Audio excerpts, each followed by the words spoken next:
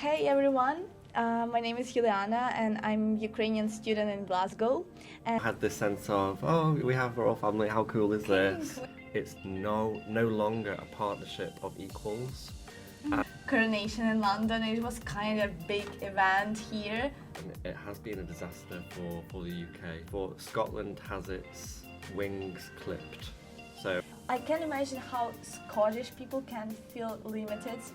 oh, I'm going to go to Buckingham Palace in case I can see King Charles or Camilla. I think he's a piece of shit. And yeah, there you go. Fair enough. Yeah. Brilliant. So if you have time, check it out.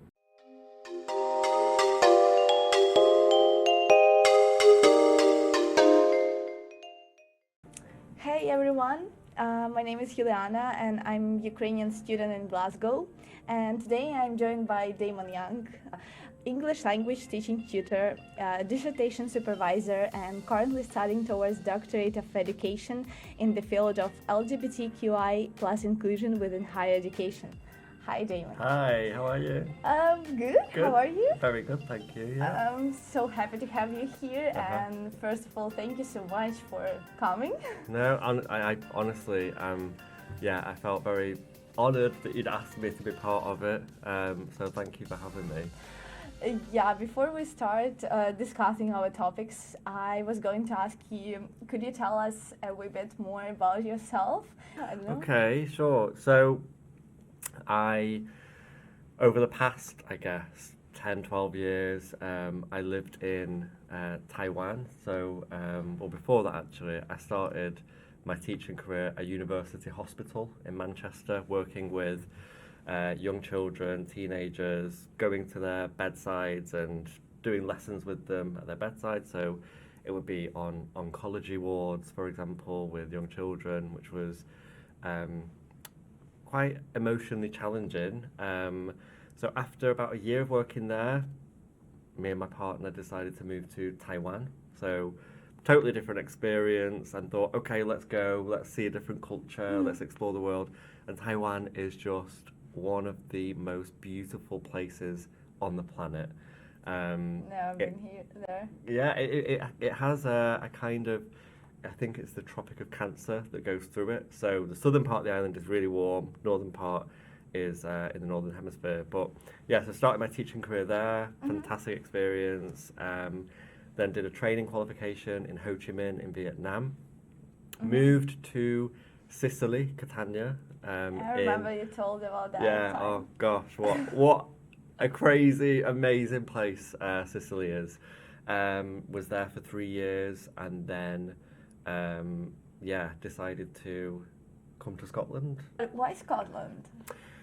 Because I'm from Manchester and I've got Scottish heritage.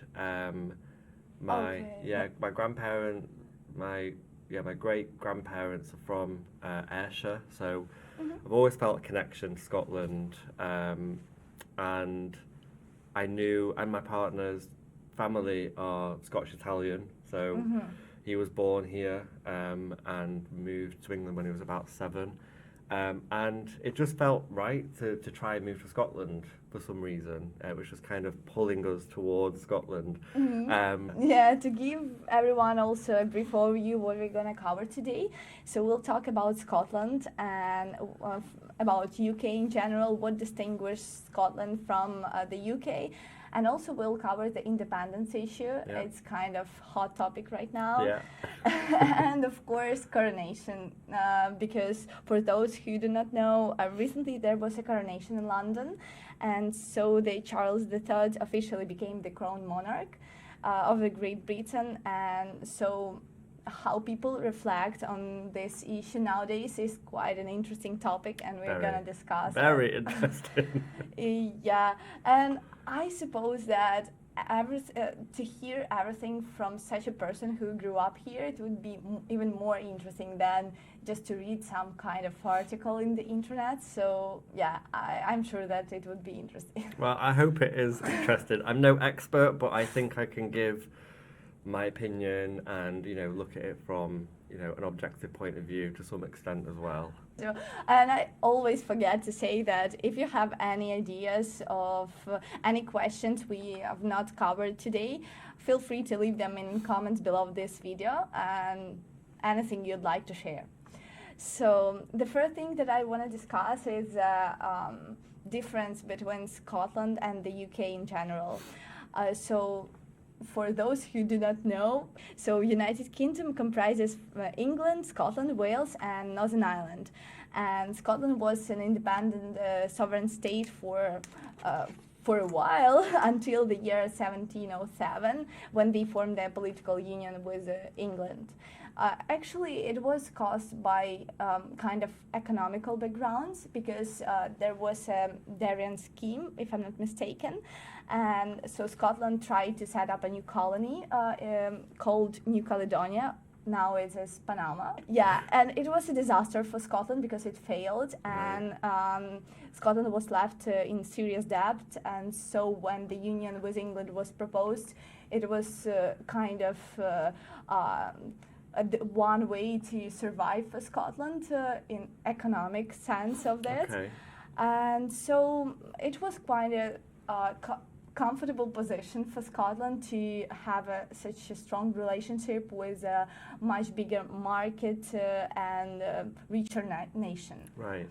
I was gonna ask you, how is it to be English in Scotland? Because over the years and since I came here, it was kind of controversial thing for me, because people from England were a bit different from how people behave here, and people from Scotland do not really they distinguish themselves really much from the English, maybe because they felt a bit how to say You mean limited. in the sense that they I guess even from my interactions of people from Scotland, yeah, even my friends will first and foremost, of course, say I'm Scottish, whereas I think people from England would tend to say I'm British and then English.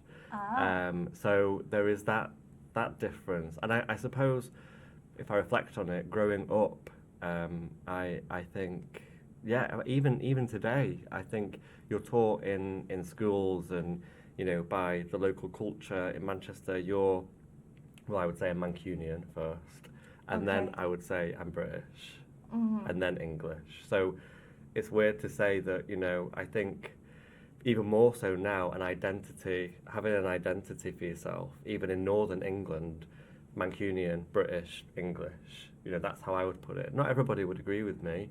Some people might say, British, English, Mancunian, they have a difference of opinion, but that's how I feel, first and foremost, Mancunian.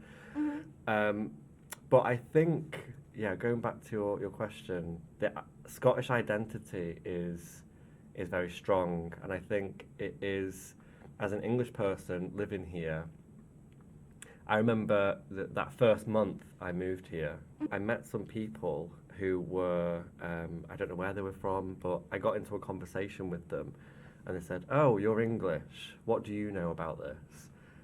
In a kind of derogatory way, in a way that was, well, you can't have an opinion about independence because I'm pro-independence for Scotland.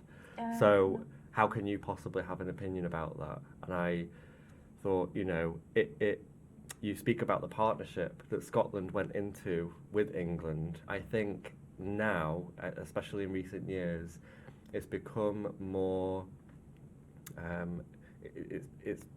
it's become more kind of highlighted that it's no longer a partnership of equals, and it's the partnership and the union between Scotland, Wales, Northern Ireland, England, the United Kingdom is supposed to be a partnership. However, it seems that the UK government, or the London-based Westminster government, have the final say over most things, even in Scotland. So, for me, as an English person living in Scotland, I can see that firsthand. I only have to speak to any Scottish person, have to look at the area that I live in, and still, there's a lot of areas of Glasgow that are still really deprived because, you know, Scotland as a country doesn't have the powers to borrow money. You know, it's Westminster and London that go, okay, here is your money. And whilst I understand that, you know, statistics show that Scotland per head received the most money, I think Scotland's economy exports, you know, I think a third of exports from the UK from food, drink, agriculture, a third of that comes from Scotland. So, you know, Scotland has a very strong economy. All the money goes to Westminster and then is divided and sent back out, you know. Also, the strong connection between Scotland and England is confirmed by that fact that 60% of Scottish export goes directly to England. Yeah. So it's kind of a strong background to stand with this nation, because it gives you lots of benefits with at the same time with making so many limitations. Yeah. Yeah. What about Scottish people? As far as I understood, Scottish people felt so limited, probably because they don't have a kind of right of actually they have right of vote, but they are not heard by English Parliament and English people, and maybe for lots of people, foreign people, they used to associate the UK with English people. I'm not entirely sure why that is. Perhaps it's the image that the UK, you know, pushes in the media, maybe, or maybe, I don't know, maybe it's because Scotland and Wales are smaller nations. However, you know, Scotland is a big country, you know, in terms of landmass and its beauty, and I think in recent years, I think more people, you know, all globally have become more aware of the political differences and ideologies that exist within the UK. I think decision making for Scottish government is somewhat constrained and limited. So, you know, the SNP, for instance, they get voted in, or they have been voted in for the past, is it 14 years, or I think it's 14 or 17 years, I can't remember, but they keep getting voted in, and their number one thing on the manifesto is about an independence referendum. Now, in the local, in the national Scottish election last year, the SNP had won a majority of something like 60%, close to that, but they were missing one MP, so they joined a coalition with the Greens. Now, in Scotland, they have a proportional representation parliament at Holyrood in Edinburgh. It's not like that in the UK government and English government. It's first past the post, so it doesn't really represent everybody's views. So I think the fact that people continuously vote the Scottish National Party in, even though there was an independence referendum here in 2014, and it was a no, Brexit's happened since then, you know, and I read a statistic just yesterday. I think it was 75% of people who voted leave, certainly in England, now think that Brexit is a disaster and it hasn't worked. So, you know, if people are saying it hasn't worked, even in England, and Scotland voted overwhelmingly to remain part of the EU, but they were still taken out because of the union partnership they have with England, how is that still democratic? And how can the UK government and, you know, the Supreme Court in London block another independence referendum based on, you know, democratic changes? People can change their mind, and people can, you know, weren't at the time of the independence referendum in Scotland, weren't aware that Brexit was going to happen. Wasn't even a thing then. You know, it was David Cameron that said, 2015, okay, yeah, we'll have a referendum on the EU, thinking that nobody would vote yes, and now, you know, it was 48, 52%, and people changed their minds, and I think that's what a democratic society should be about. People are allowed to change their minds. And if it's not worked, we should be allowed to have another vote to say, okay, and Scottish people want to be part of that, want to be part of the European Union. That's quite interesting because as Damon mentioned, so in 2014 there was a referendum for an independence issue about Scotland, and people voted that they want to stay with UK and maintain be a part of the UK.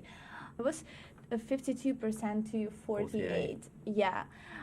But until 2 years later, when Brexit happened, as you mentioned, it was kind of controversial question as well, because the majority of the UK voted to withdraw from European Union, but at the same time, Scottish opinion wasn't really taken into account, because Scottish people voted mostly for staying with the European Union. It was kind of 60-something%. Yeah, it's quite high. I can imagine how Scottish people felt betrayed by being taken out from the European Union without agreement and without their consent. Yeah.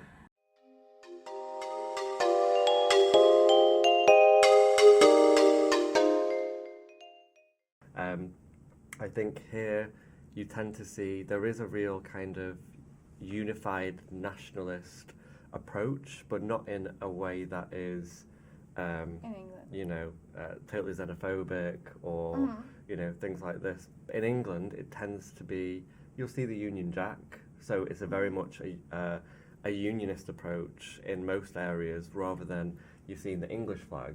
Whereas if you go to Wales, you will see the Welsh flag, and you go to Northern Ireland, you'll see them.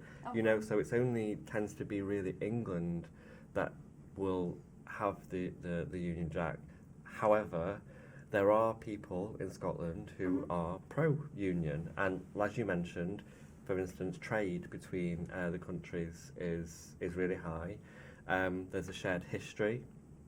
I think a lot of people I've spoken to recently who were pro-independence now feel that perhaps the moment isn't right because of the political changes.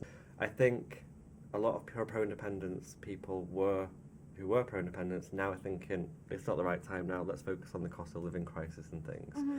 So I think, about language, yeah, it's quite different here. Language, yeah. Scottish people can clearly hear the person outside of Scotland. Yeah. It's not only about the foreign speakers, but also, as you said, about you. So you are In English, yeah. and people here, they can hear Yeah. that you are English. Oh, you're English, straight away. Because I might look Scottish, because, ginger beard, but I think as soon as I open my mouth, people are sometimes surprised that I'm not Scottish, but I think... you can pretend. Actually, the place where we met with Damon was the English classes. Damon was teaching the advanced vocabulary class, and I was studying the Scottish... what can you remember from that lesson? Can you remember how the language is very different, especially in Glasgow, and it comes from a lot of it from the Scots language. So I think a lot of people don't realise there are 3 languages in Scotland. So you've got English, Scots, and Gaelic. Perhaps we could put a link below. One of my colleagues, Gemma Archer, she has quite a lot of information about Scots language, and in fact there is a brilliant, I think 15 minute video where there is a guy talking in Scots language, and it's interesting to see how much people can follow and understand based on what he's saying in the video. And I think even you as a second language speaker of English, you'll be able to follow some of it, because it's a fusion to some extent of English and some Gaelic words and its own language in its own right. I actually wanted to ask you, since you moved here from Ukraine, was it last September you came? Was it before that? In August. In August. I lived 4 months in Edinburgh. Yeah. And then I moved to Glasgow because of Strathclyde. Right. So when you first, I guess that the accent between Edinburgh and Glasgow is quite different. do you now feel more confident at speaking to local Glaswegians after almost a year of being here? Oh, of course. Yeah. I feel comfortable speaking English in general Yeah. in a year staying here. Yeah, but probably people, Scottish people, after they hear that I'm not from Scotland, they want to make me comfortable to talk with them, and Right. they try to make their language more understandable Okay. and more clear for me. Right. That's quite a nice thing, you Yeah. know. But sometimes I'm feeling like, oh God, can you speak like you used to speak Like before it- you talk to me? Naturally, yeah. yeah. Anyway, yeah, I feel more comfortable now. And That's good. yeah, I can feel the difference between Scottish, English. It's hard to explain, but maybe Scottish people try to make the language easier, making all those sounds like with the emphasis on O, Yeah. with the endings, with all this stuff. Yeah, and probably English, they try to make the language such an official and speaking like, I don't know, I can't walk now, but let's talk about some benefits and drawbacks of being within the UK for Yeah. Scotland. Uh-huh. So we talked about the trade stuff. Yeah. So as far as England is the main trading partner for Scotland, it makes a big difference to be outside of this scheme, and it will make definitely harder for Scotland to export lots of goods to England as well and to the world. As far as I know, UK government provides some system of financial help and support to Scotland. All I know is that if we go back and talk about the trading situation between Scotland and England, you know, and we think about how Scotland was taken out of the European Union, you know, Scotland voted overwhelmingly to remain a part of the EU.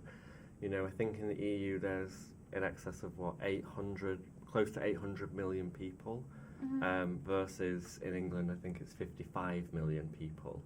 So the fact that, you know, and I know that trade agreements are just being set up between the EU and other countries globally, but I think, you know, to have access to the single market, the European Union market is, you know, it's a disaster, and it has been a disaster for the UK.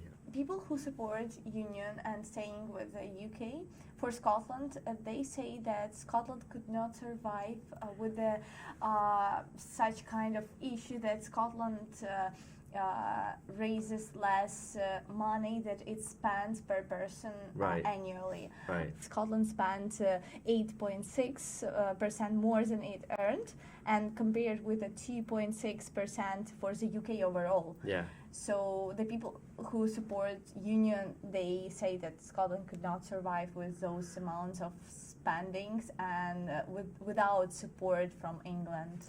Well, yeah, I think, you know, based on the official statistics, I think we have to look at the wider, you know, culture of the UK here. And I think I mentioned before, Scotland has its wings clipped. So, you know, it's not able to have borrowing powers. It's not able to, you know, make all the decisions that a London-based government can make in terms of infrastructure, in terms of, I think, in terms of, you know, financial business decisions. You know, that there's a lot of kind of caveats and red tape for Scotland as a government, as a devolved government. And I think Scotland perhaps has to spend more money, I guess, because there is less investment from London up here. You know, so I think the Scottish government have to say, well, we need to spend more because people are living in poverty in more places in Scotland than a lot of places in England, although I think now the most deprived area in the UK is in England. So as soon as they will have such opportunity to make their own decisions, they will stimulate the growth of economy. Yeah. Okay. Yeah, this is what I believe anyway. And how do you think if Scotland could be an independent nation, could it pave the way for Northern Ireland or even Wales to asking for such kind of independence issues? Well, I think the recent, 2 days ago, I think, Sinn Féin, which is the Northern Ireland's biggest local party, so they don't want to remain part of the UK. So yes, I think there is a step towards that that particular goal. I think it can be a reason why England, Westminster, do not want to let Scotland organize everything because they are scared. But that's my point. At what point does it become democratic, and at what point does it become authoritarian? You know, and a dictatorship. Of course. You know, how do you? As we talked already, Scottish Parliament, they have right to legislate on devolved matters. Yes. It means that if they want to legislate on reserved matters, which is about foreign affairs, about some international issues, so they need to ask to do that in Westminster. Correct, yeah. And they can devolve on some kind of health, education. Actually, education is completely different from the English. Correct, yeah. And that is the reason why a Scottish Parliament is limited in their actions. And the question about independence referendum a year ago, if I'm not mistaken, was related to Supreme Court, and they said that independence referendum issue is not within the competence of Scottish Parliament and Scottish people. Yeah. Like, they need to ask consent and permission in Westminster. Yeah. I can imagine how Scottish people can feel limited in this kind of way, because it is their responsibility to legislate and to decide on their life. Yeah. Again, I'm going to say it's probably independence is not for everybody, and a lot of people are happy to be part of the UK. Of course. With, you know, good reason. You know, there are positives to be being part of the UK, as we've mentioned. Yeah. But I think at the moment it seems to be a majority of people would prefer to be part of the EU than just the UK. You know. So the main reason to get the independence is to rejoin to EU. I think it's first and foremost so that Scotland can make its own decisions. And secondly, to be able to join the EU is the idea. Well, that's what I would like as an English person living in Scotland. You know, you'd speak to other Scottish people, and, you know, in particular my friends, and they would agree. What do you think about Scottish independence? I think a couple of years ago it would have been good, but now not so much, as the economy is very unstable. I think I will support them because this is a right, I think. I think we should be independent, but that's just a personal thing. Because we're a smaller country, when the UK does big votes, if Scotland wants something, as a whole they won't get it because England's a bigger country, so I feel like we would get more of what we wanted if we were an independent country. I don't think we could survive. We're better as part of the UK. I'm not against it, I've just not really been persuaded by it.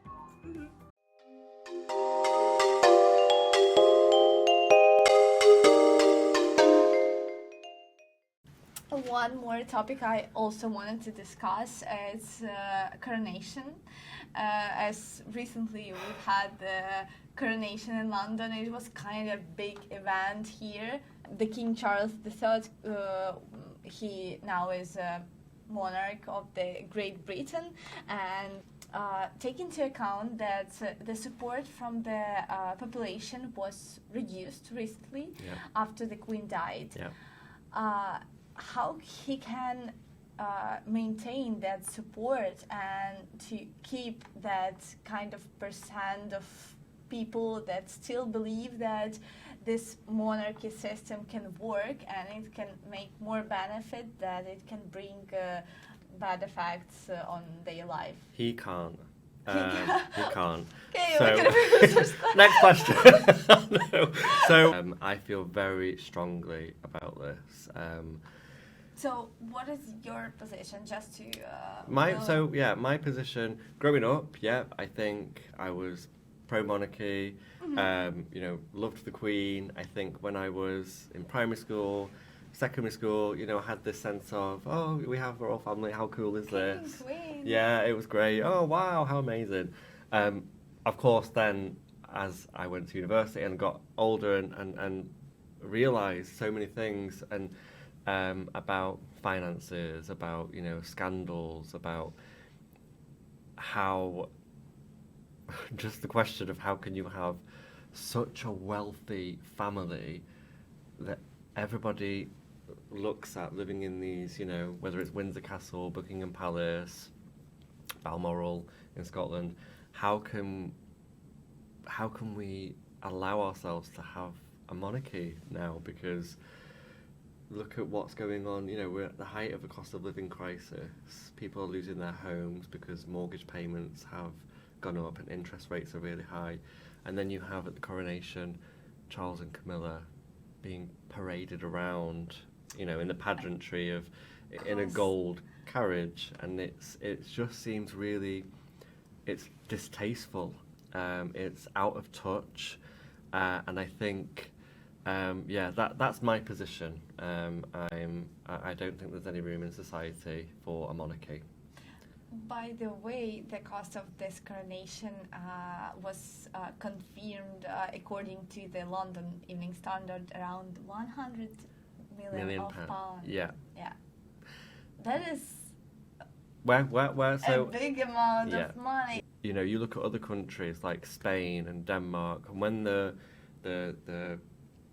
next king or queen is announced, they don't have this huge kind of global show. Look at us, look what we can do. Look, oh my gosh, we're so amazing. Look, we have, and I understand that, it's tradition, and I'm not saying I'm against traditions, but what I am against is distasteful decisions during the height of a pandemic, of a global and national crisis in terms of cost of living crisis. So I think other people will argue that the royal family bring in hundreds of millions, if not billions, to the UK in terms of tourism. However, you look at places like France, Versailles. Are people still visiting Versailles and going to France? In fact, France is the most visited country in the world. They don't have a royal family. People go there for the history, for the culture, for the wine, for the cheese, all these things. And I think people would still come to the UK to visit for those reasons. We're not going to come just to go, oh, I'm going to go to Buckingham Palace in case I can see King Charles or Camilla. People are not doing that. People are not getting on a plane from the US or, Norway or wherever. People don't think like that. Yeah. People aren't coming here because we have a royal family. They're coming here because we have history connected to royal family, perhaps. Yeah. People don't care if you see them or not. They're looking at the buildings. In fact, it probably will bring in more tourism if we didn't have a royal family and we had public access to all of these buildings. I know at certain times of the year we do have public access, but they were open as places you charge people to go in there, etc. That money could then go to charities and people that need it. And actually, it's interesting because attitudes towards the monarchy differ most dramatically by the age. Because the younger they are, the more against monarchy they are. And the percentage stands for 79% for upholding the... Is that kind of as you get into, 60, 70 years old? It's over 65. Over 65, yeah. And what about younger people? The percentage is something like 36% want to keep the monarchy compared to 40% who want to have an elected head of state. That's a big difference between different So you see, if these generations go on, then the number's going to get lower and lower, right? Yeah. So I don't know. I think people tend to like William and Kate, so that might change. People like their children, so could it change? Yeah. Perhaps it could change. Maybe it will level out. Maybe the support will change when Charles and Camilla pass and the crown goes to William, Or maybe William is sensible enough to say, enough is enough. You know, this is the end of the official type monarchy in this way. Of course, there'll still be royal family and monarchy, but perhaps in a different way. You know, not funded by the taxpayer. They own a lot of land. Yeah, I think that William has the majority of support if to compare with all members of royal family. Yeah. He has the highest percentage of support from all of them. Yeah.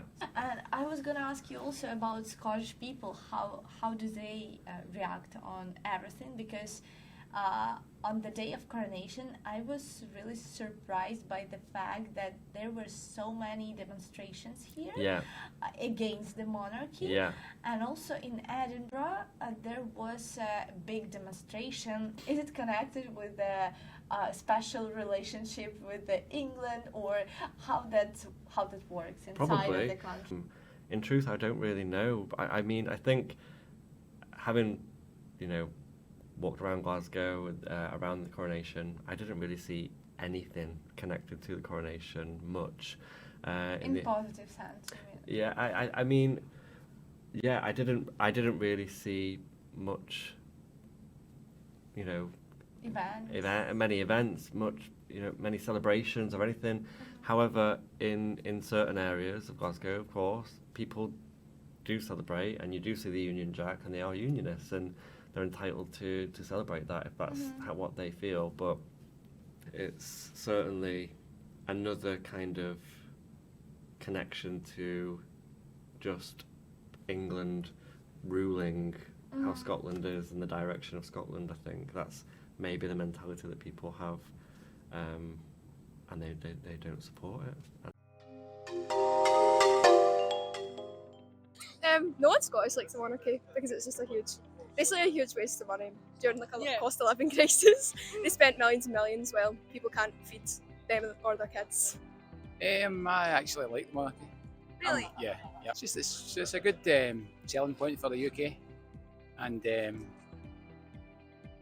might be a wee bit outdated, but a lot of countries don't have a monarchy, so I think it does bring a lot of tourism in, but the money that they spend on it is obviously not comparable to what better needs could be getting used for. You could get into some conspiracy theories and stuff about that, but I personally don't like it. I don't really like the king. I think he's a piece of shit. I think he's a piece of shit. And yeah, there you go. Fair enough. Yeah.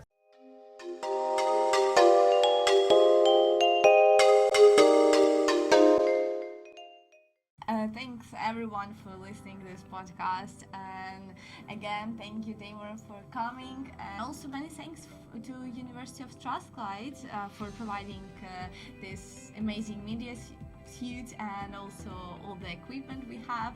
And yeah, if you have any questions, if you still have anything you'd like to ask about topics we've covered today, leave everything in the comments below this video, and see you on the next podcast then. Goodbye. Hopefully it will be soon. It was Damon Young.